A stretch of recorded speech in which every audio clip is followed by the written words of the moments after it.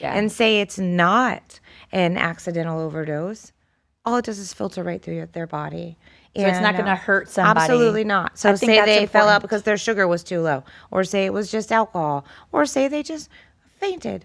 And Narcan's not going to do anything negative to them. It filters right through their body. Welcome back to In the Know with KO. I'm your host, Kristen Adams, also known as KO. Grab a cup of whatever makes you happy because we are going to jump into not a fun episode necessarily, but we like to make fun of things, but this is a very serious topic. My wonderful friend, Meliissa Missy Davis, which when I do this, my kids told me that apparently that makes me old, so I'm not gonna do that anymore. You are an awesome, super special chick that I have the pleasure of not only calling my friend, thanks to my sister-in-law, but someone who I genuinely admire. I think that you bring so much to the world. So before we get into our topic today of why Missy is on the show, we're gonna do a little rapid fire. Are you ready? Sure. All right. Beach or mountains? Beach. Books or music? Music. Dogs or cats? Cats. Cheeseburgers or pizza? Pizza. Early bird or night owl? Night owl.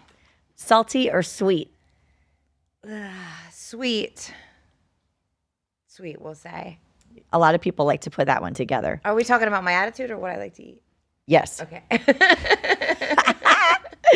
And last but not least, Wonder Woman or Supergirl? Wonder Woman. Okay. So I ended with female superheroes totally intentionally because, in my opinion, the life that you have led and the person that you have transformed into is nothing short of a superhero. Oh, thank you. And, not all superheroes wear capes. And you are a true definition of that. So usually I share bio and introduction information, but I think that Missy has a very unique role in the world and a very special and important job. So I would love for you to explain what you do and why you do it. Okay. Well, let's see. I am a person in long-term recovery. For me, that means there has been no situation or no reason for me to pick up any mood or mind-altering substance for over the past 11 years. Okay. So that was something that definitely played a huge role in my life and was something that kind of took over and guided my decisions and caused a lot of hardship for a long time, for many decades. So from that, and after recovering from that, I became a certified recovery peer specialist. So tell us, as a certified recovery peer specialist, is that something you do independently? Is there an organization that you work for? So I actually started doing that with an organization called South Florida Wellness Network. They are a local recovery community organization, and they provide all types of community support, family reunification services, help people walk through recovery, whether it's from mental health or substance use. And everyone who works there has some life experience that they share, right? So they're very uniquely qualified to do their job. So this is exactly why I think it's super important that Missy is on the show today. If you're listening and you are going through addiction, you love someone who's going through addiction, you have somehow been impacted by addiction. Addiction comes in many shapes and sizes, right? It can, I think a lot of people just assume you're a drug addict, but it could be a lot of different things. And sometimes it's not because you became a drug addict. Do you know many friends that I have that are our generation who have kids who had surgery? They play sports, they tore their knee, they had to get surgery. The next thing you know, they give them Vicodin or oxycodone or whatever in the hospital, and now the kid's hooked on opioids or something terrible happens. It's not necessarily because you're a bad kid or a bad adult. Like sometimes, doctors, they pass these things out like, oh, here, you need this, you need that. Quick story, my oldest had hand surgery a couple years ago. This was like during the whole COVID thing. So I was not able to go to the hospital to be there in person to advocate for him. And that really bothered me. But thankfully we did all the paperwork. So the HIPAA rights were covered. I was able to speak to the medical team over the phone. And they did a great job of prepping him and getting him, into the recovery area.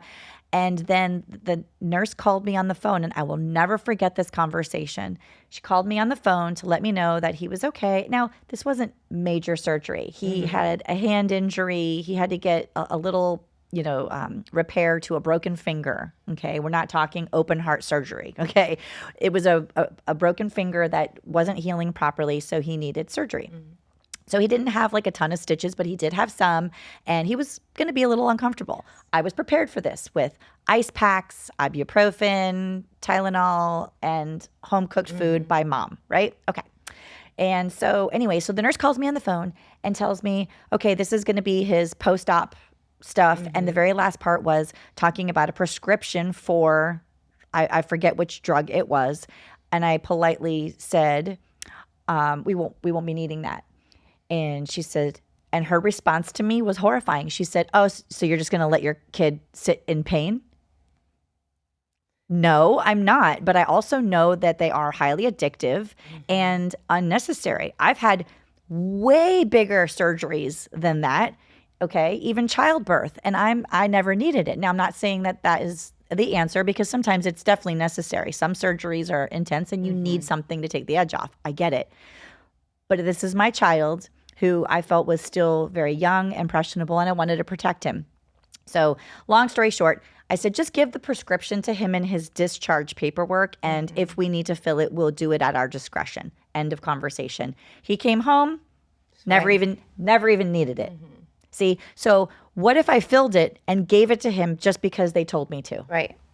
I think they definitely do serve a purpose, right? Your body needs them to heal in a lot of aspects, but a lot of time nurses don't know either our family history or other things that are going on. And I do have a lot of interaction with families who say their kid needed basic Tommy John surgery. Then from there it goes on, right? Because their lives are so built around playing these sports that nobody wants them to stop because of pain or anything like that. And unfortunately, opioids do have not only like a mental addiction to them, but it's physical, right? After you take them for 2 weeks, it's very hard to stop taking them without feeling sick. You're going to feel sick, right? So Absolutely. You have to know how to taper those down and things. They definitely serve a purpose.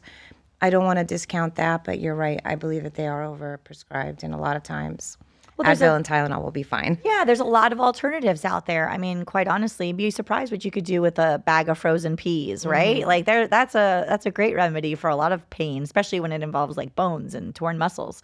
Anyway, not you were educated, so that was awesome. You were educated and knew what could possibly happen from those. I think that there's still a fear factor. We talked about this the other day, that I think for me growing up, my parents instilled the fear of God in me when it came to drugs. And this was before things were laced with other things the way that they are now. For me, I definitely still had a fear, not so much for myself, but that fear transferred right over to being a mom. Now I'm afraid for my kiddos, right? And I had a great childhood. You had a great childhood. And I want to start with that because, I think a lot of people make this stereotypical generalized assumption that, oh, you're an alcoholic. Oh, you're a drug addict. You must have had a broken home. You must have daddy issues. You must have these labels that are assumed, right? But that's not always the case, is it? No, not even surprisingly, right? Because once you get it pretty deeply into it, you meet all of these people who had a lot of different aspects to why drugs and alcohol worked for them. Because it works for something. Yeah, absolutely. I mean, it's for some people it's social, but for other people it's a camouflage, it's a mask, it's an escape, right? It's a remedy. Yeah, right. It is a remedy, and it works until it doesn't. And unfortunately, it has grave side effects. Right? It wasn't something that I was doing necessarily at the time when I maybe first started drinking or had that first drink in 8th or 9th grade, and you feel the warmth of it, and you're like, oh, well, okay, right? So maybe at that minute, it hadn't been the perfect storm of life's trauma that's going to show up and do these things. But there's things in certain people where it affects them differently, right? Plus, there's the sneakiness of it, like I'm pulling off a fast one, you know, like, oh, I'm experimenting, I'm trying something, but there's also that dopamine kick because you're doing something that you're not supposed to. You're doing something that you're not supposed to do. Plus, all your friends are doing it. At that age, you want to be cool, And forget about it now. We have, when I was doing it, there wasn't like TikTok or everyone else being so faded online, right? We just had what the older kids were doing.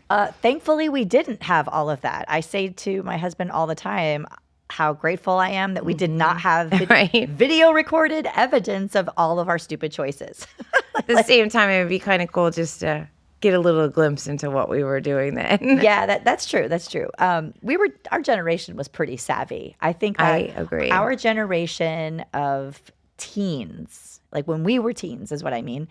I think we were so much more mature, and I say that lightly, meaning I don't think we were as sheltered or protected. Like we kind of had to find our own way, and I think because of that, we were more independent and a little stronger, street smart wise at a younger age, But like you said, we grew up in great homes. We had our moms and our dads, right? I did. I had my mom and my dad, my grandparents. I did as well. I was pretty fortunate, and we felt loved. Absolutely. Right? We were cared for. We went to church, so we had a spiritual foundation. It was a nice home. I mean, we weren't wealthy by any means. We were normal middle class people, just living normal lives. Nothing fancy in my house.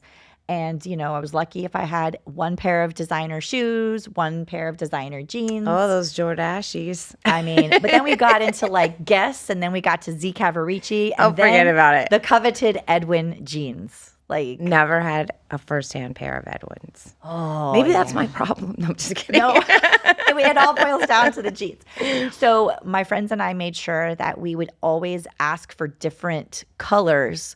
So you could share. Like, yeah, I had black Edwins, but one of my BFFs, she had white ones, and then another one had this color, and then we would be like, oh, let's trade off, and And then I remember my mom used to get really mad at me. She'd be like, I paid $100 for these jeans, and you're letting your friend use them. And I'm like, yeah, but I have hers. Right. So it's like fair. I'm holding him as ransom. Can you imagine $100 for a pair of jeans back then? Was like, ooh, yeah, no, for sure, for sure.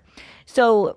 Missy, there's so many things we can talk about that are relative, but I think for me, based on after our talk, one thing I think is so helpful to really try to wrap our arms around and understand is getting into the nitty-gritty of life with an addict, whether it's someone you live with or someone that's just a part of your life that you care about, right?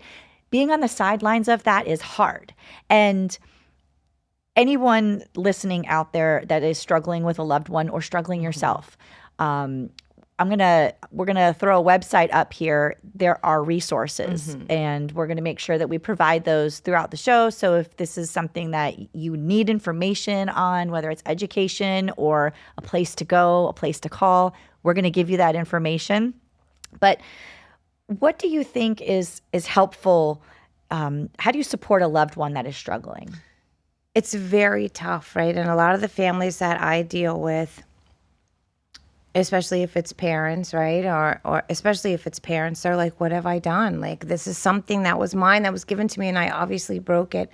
But that's not always the case, right? Sure, definitely we make mistakes as parents, and we do the best we can with what we have. And that's what I just try to remind people is, hey, you are doing the best you can with the resources and the knowledge that you have. And we worry a lot about what outside people think too, right? There's that stigma of, what will they think? Yes. What will my neighbors think if my kid goes to recovery? What will my neighbors think if I throw my husband out because he's an alcoholic? Like, there's so many concerns about what other people think. And then we just, we put on our happy face and, oh, everything's fine. Everything's nothing to see here. Right. And unfortunately, that outlook is killing people, right?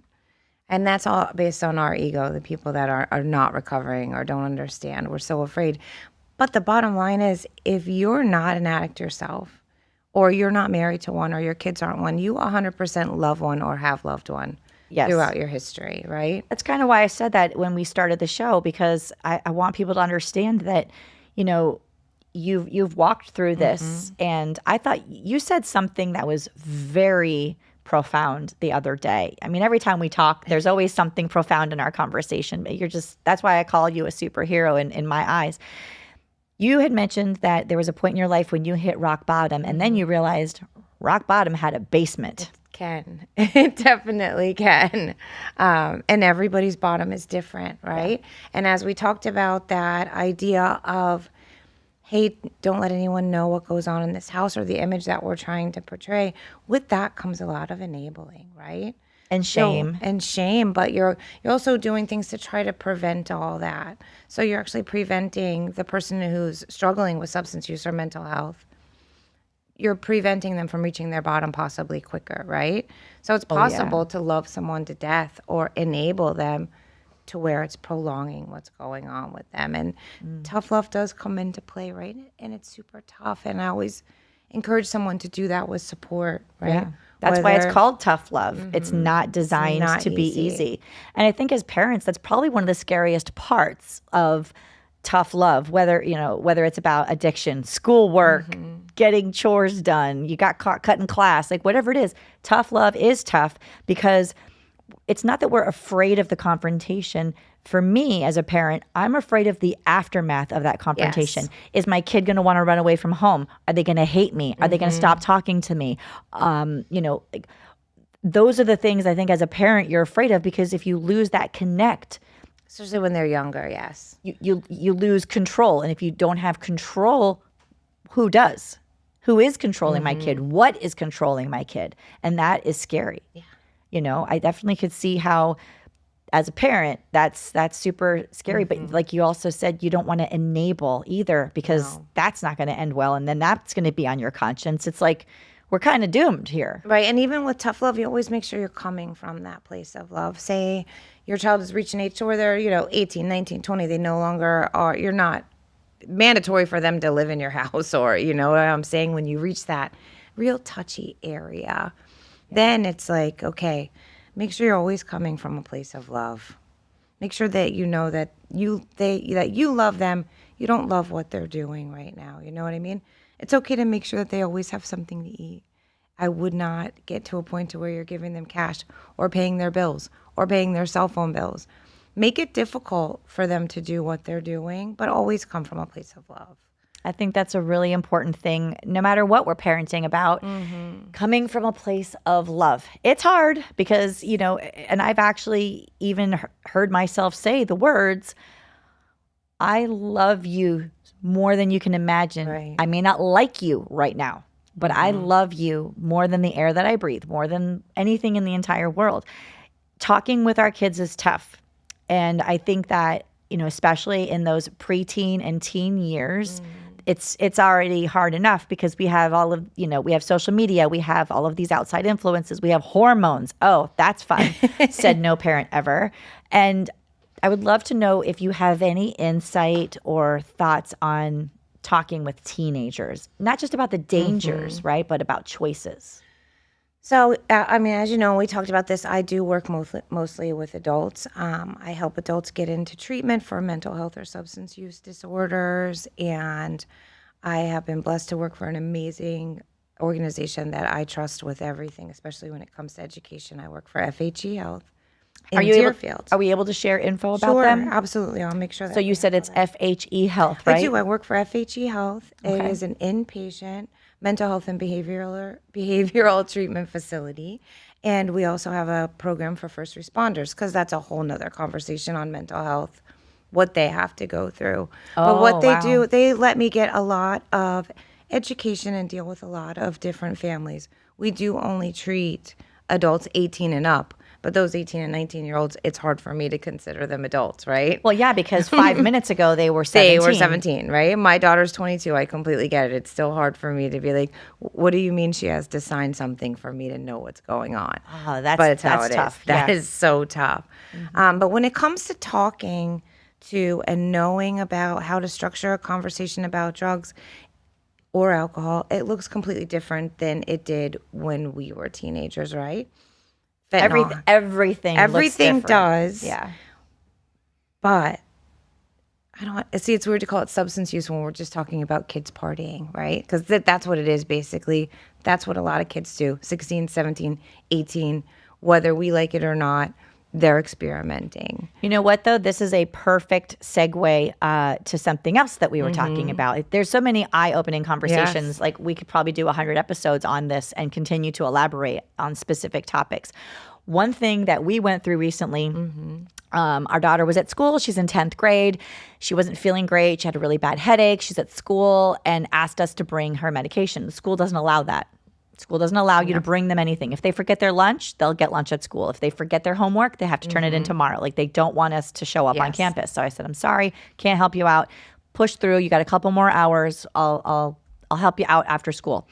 Come to find out that she accepted Advil from a classmate. And I lost it. Not like I didn't like go overboard. I'm just saying, like, internally I lost it. Like, first thing I thought of was, what if it was laced with something? What if it wasn't even Advil? What if she said, this is ibuprofen and it's just a little white pill? She doesn't know to look to see what number it is, what letter is on there. Like, she doesn't know any of that, you know? And I told her, I said, do not ever take anything from anybody ever again. I'm at the point now that don't even take a Tic Tac from somebody, because I don't know how else to explain it, that it's so scary. And you don't have to have a kid that's partying or even experimenting for something to happen accidentally. That's absolutely true. Because we do have, right, if your child is maybe taking something for anxiety or something like that, and they're oh, I'm feeling very anxious today, or however they describe it at the time, and their friend's like, oh, well, I take this, it's from my doctor. Kids don't know any better. So when it comes to having conversations today, it has to be completely different. Like you said, I think it has to be very black or white, especially when you're taking something from somebody, you know, and at the younger age, especially, I would start that conversation like elementary school. You would know you never take medicine from anybody. Even candy these days is different, right? We didn't have weed gummies or anything like that when we were in school in the 80s and early 90s. We could safely take a gummy bear from someone. We've already kind of had to have those conversations in my house. And the reason is because kids have so many allergies these days. They have gluten allergies. They have peanut allergies. Like, there's all these different allergies. And my kids are savvy to bad ingredients like red dye 40. I was just thinking about that. Don't even bring in the red dye. I know. Like, that's a whole other thing. You know, kids are they're off the charts. Like, before we even had knowledge of this, I remember one of the kids was sick. This was years and years ago, and not knowing any better, we had gotten Tylenol or something, I'm sure. And it was totally laced with red 40. And I'm not going to say which one of our kids had this reaction, but they were nuts all night long. Like, they were talking about things that literally made no sense. Really? Like, I was like, what is going on? It did the opposite of what it was supposed to do. It was supposed to, help them to feel better. It was supposed to reduce the fever. It literally did the opposite. So that tells you what it does to the brain and the body. Yes. It's obvious. I think also, like you said, talking with elementary kids, talking with teenagers, managing adults. There is something to be said about breaking generational cycles, but there's also, somebody also has to start it, right? I mean, it's got to start somewhere. Right. It can end, but it can also start. How do you get involved with your loved ones without overstepping? I mean, I know this is always a hot topic with teens. We don't want to overstep, but how do you get involved without overstepping? So it's tough not to overstep, right? And I have a hard time with that because I kind of felt like, especially with my daughter before she was 18 and even a bit after, I was overstepping, right? I was stomping in. My daughter knows the dangers, right? But is there any guarantee that she's going to heed to that advice? No. So then we go to the next level and we make sure that she knows about things like not only people that have passed away, what to look for in somebody if they are experiencing an accidental overdose, right? Because an accidental overdose is not going to necessarily come just to the person who's sitting on the corner, maybe shooting heroin or doing fentanyl. It doesn't always look like that, just like we described. That stereotype. They could have gotten something from one of their friends that they think is a Xanax or whatever, because they've heard other people get prescribed it, or forget about it. Oh, my mom takes those. It's probably fine. Oh, yeah. You know? But you know what? You're right. You don't know the reaction. So how do you make that connection, though, like without overdoing it without, I mean, it's so hard to not be a helicopter parent these days. Right. Like, we want to just, what are they reading? What are they saying? What are they watching? Who are they talking to? Where are they going? It's like a bajillion things cross our minds. But I think, as much as they're being fed things from outside media, so are we. Yeah, we absolutely are. So are we. We absolutely are. And what I've always done ever since, Maddie was young, and I encourage this to anyone who has teenagers or even 12-year-olds in the home, I would keep Narcan in the house. And that sounds crazy and scary, right? Not these days, it Why doesn't. would I need Narcan? By the way, Kid's Maddie not is her doing that. daughter. No. For anybody who doesn't know, she's not here at the moment. But Oh, sorry. I just that's talked. okay. It's just us talking, but I want the listeners to understand Yes, the whole Maddie story. is my- And I was at Walgreens not long ago picking something up, and I saw Narcan. Yes. And I remember now, after we talked, how you had said, it's not far-fetched anymore for us to think. It's not just for first responders, because Absolutely. quite honestly, that might be too late. And it's so easy to keep and have, right? These things are, and unfortunately, I have to have experiences with families, with husbands, even with kids, right? Whose mom maybe became unresponsive. And Narcan is definitely saving lives. And all it does is enable breathing.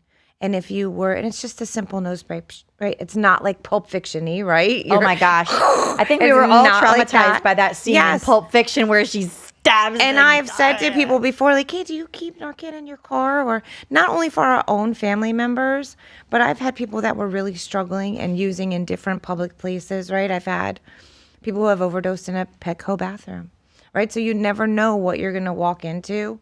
And someone's like, oh, I could never give someone a shot in the chest. I'm like, oh, no, you don't have to do that. No, just a little nose spray. Psh, that's it. Yeah. And say it's not an accidental overdose.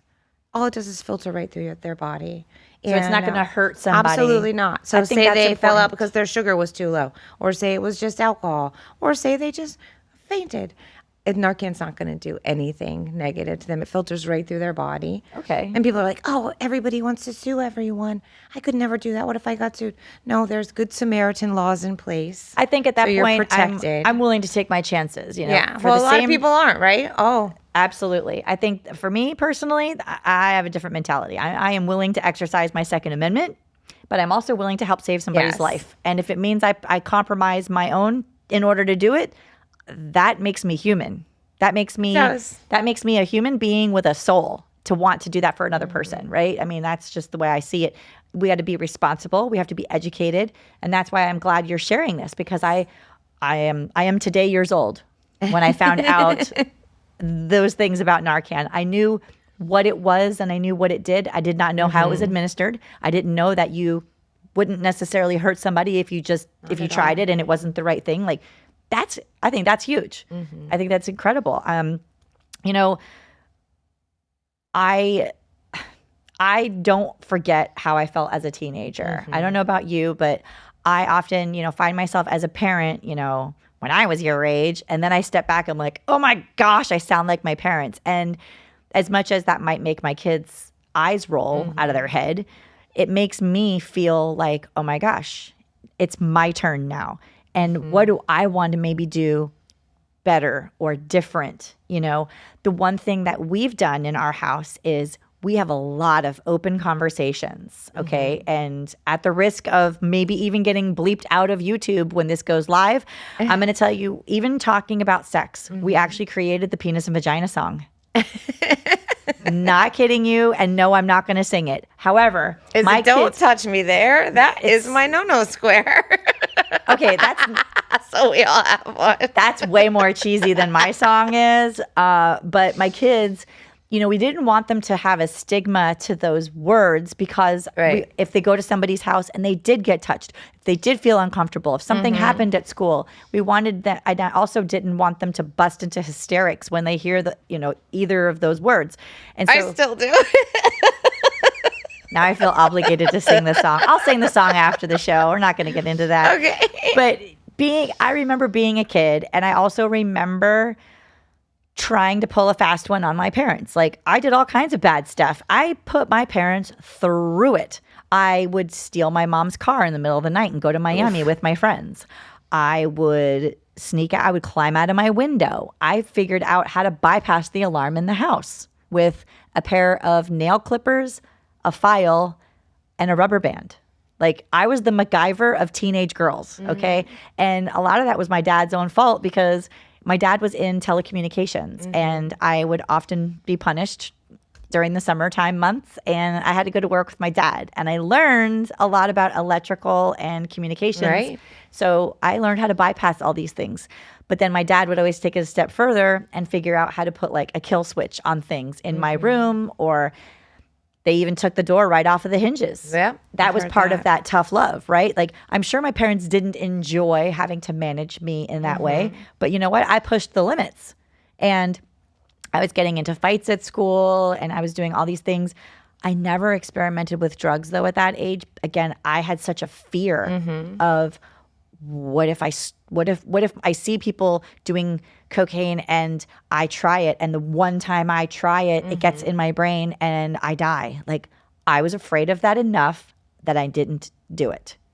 So I tried having similar conversations with my kids, and thankfully, we've got one now that's 24. We have one turning 17 this year. Thankfully, we don't have any substance problems. Okay, I'm super grateful. I would never say we're out of the woods though. No. And even as an adult, we never know what we're going to be encountered with. I didn't try cocaine until I was 25. 25 years old. See, so I mean, I definitely had a fear of it until then, right? so I would love in the last, minute or two here of the show, Missy, you are not just a superhero, but you have a life that's been rebuilt. Okay. So, below that rock bottom in the basement, eventually you found your way to the stairs and you took one step at a time and got out. If you could please share, because let's put the camera back to Missy, please.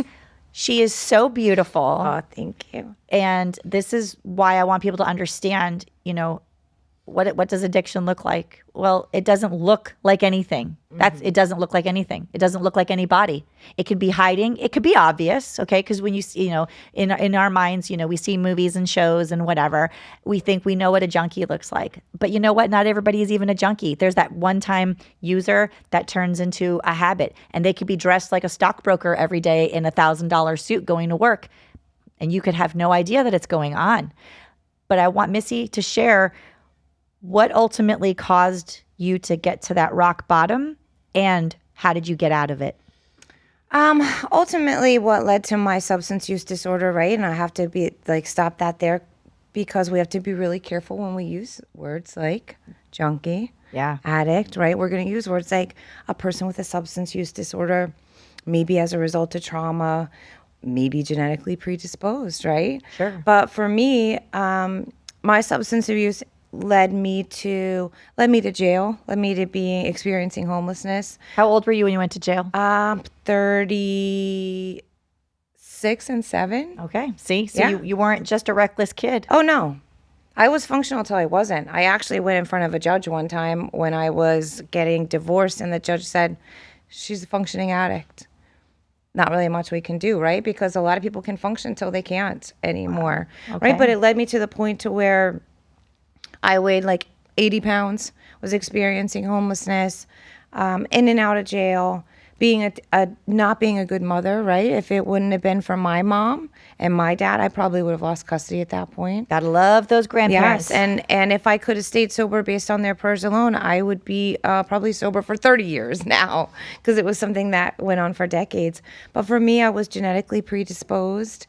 And then you sprinkle in a little bit of trauma, right? I experienced some things as a teenager with the loss of a really good friend, and in a way that was super tragic and publicized, and I just didn't know what to do with it, right? And I come from a really good, great, Southern, strong Christian family, but in the 90s and things like that, there wasn't these therapeutic modalities. Mental health wasn't concentrated on the way that it was.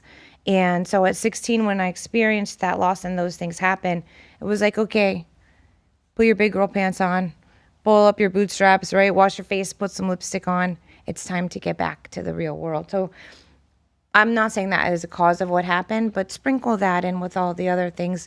And for me, it became a perfect storm for substance use disorder. And not only that, I enjoyed it, right? Well, that, I that's liked certainly being the life of a party. That's certainly something that layers in. And I think every one of us experiences trauma. And again, there's this assumption that trauma has to be something horrific, like you witnessed a murder or someone close to you was killed, or you were in a terrible car accident, your house burnt down, you were abused. It doesn't always have to be like that. Maybe you were bullied in school and it affected you so badly that it damaged your self-esteem in like the most god-awful way. Like, trauma comes in many different shapes and sizes. I just read the most amazing book I was telling you about. It's Rescued by Trisha White Youngs, and she comes out of the gate and describes trauma as not what happened to you, but trauma is something that lives inside of you, right? So even we can take away that episode that we're talking about looks so different to everybody. A lot of times it lives inside of us the same way. So understanding that you were 36 years old, you said, when you were arrested? 36 or 30, probably. I was 38 the last time. So you were arrested more than one time. Okay. I mean, listen, you can thank God you can sit here with me on my podcast and laugh about this now. And this is where you're a superhero, because your vulnerability to share your story and your testimony to other people, whether you are the kid, the parent, the loved one, it's giving hope to those folks out there that are listening, going, oh my gosh, I can get there. So yes, you can. I would like to land the plane together, Missy, and just share, after these arrests and after that rock bottom and then venturing to the basement of rock bottom, how did you get back to this amazing human that you have become? For me, God showed up at a moment when I was ready to listen, right? And he used a language that I would understand. I do take my recovery very seriously, but I do love to joke around and have fun, right? Because if you can't laugh at it, where are you going, That's important to us, But that is something that recovery has done for me. I was finally done, right? And I realized that when I was in jail on about the 10th day. And you've probably heard me share this before, but I was walking through the day room and a woman said, I'm a hooker, I smoke meth, and I still have all my teeth. And I was like, whoa, did you just brag about having all your teeth? Like, hey. Is that where we're at? Yeah. And I distinctly heard God say, I didn't create you to brag about having all your teeth, right? So that's where it started, and I was willing to listen. By the way, you do have lovely teeth. Thank you. You have a really beautiful smile. And it's not even if your teeth are bad and it's already happened to you, it's okay. We can get them fixed up. Exactly. Like, still come sit by me. Yeah. I'll give you some hope in recovery, right? Well, I love that. And again, we're going to share the information about how you can reach Missy directly. Yes. She would love to talk to you. And even if she doesn't have the answer, she is a wealth of knowledge and can find the answers. I will get you connected. Absolutely. I'll get you connected. I'll get you some hope. Absolutely. I work with an amazing team. Hope is where it's at. Hope is where, if you don't have it, you really have nothing. I was doing an intervention refresher class yesterday, and that was one thing. That's the most difficult person to try to help and intervene with, is someone who cannot see a glimmer of hope. And that's what we're here for, is just to give you some. And I think a lot of the time people also just, maybe they don't realize where they're at. I shared with you, my dad passed away in 2020, but it was always known that, no one ever called him an alcoholic. Nobody even called him a problem drinker. He was known for lighting up every room he walked into. He was the life of every party, but he was also known for always going a little bit too far and always being a little bit too much, right? And I would even try to lay on the guilt trips. Like, don't you care about me? Don't you care about your grandchildren? And then it would always cause a little bit of an argument because he would get defensive. And then because I didn't want to lose that relationship, I never really implemented anything other than when my kids were born. I was like, you're not allowed to drive them around because I can't trust you, that kind of thing. But eventually, he did come through that. And my dad was a tremendous dad. He was a wonderful dad. He was an even better grandpa. Like, he was just this wonderful, larger than life man who is missed. We miss him because he was a part of our everyday life. And that was, like you had said earlier, someone who is functioning with an underlying issue. And no surprise, he came from a long line of men who had that. And, it's ironic that we didn't have a relationship with my dad's dad. He had cut that off like years and years prior. And then I found out later on down the road that my mom had stayed in touch with him behind my dad's back and used to send my grandfather pictures of me and letters, like letting him know how I was doing. And, so that just goes to show how it can break up things. But then you have somebody like my mom who swooped in and was like, yeah, I'm going to reach out to him anyways. But Missy, thank you for sharing your story. Thank you. Your honest, hard story, but also layering in the humor and stepping up one step at a time with hope, steps of hope. Yes. I would love for you to continue your journey. I really hope she writes a book, ladies and gentlemen. I mean, I don't know, but I feel like there's a lot of things that can be shared for the better of the world. Like I So said, I don't know what God's doing. I just keep showing up. So he's doing a lot. I just keep showing up. Doing a lot. Missy, thank you again Thank for you, being on the Kristen. show. Again, please don't forget to share this episode with anyone who can benefit from it, and would love for you to put a 5-star review or offer a comment. And thank you for listening.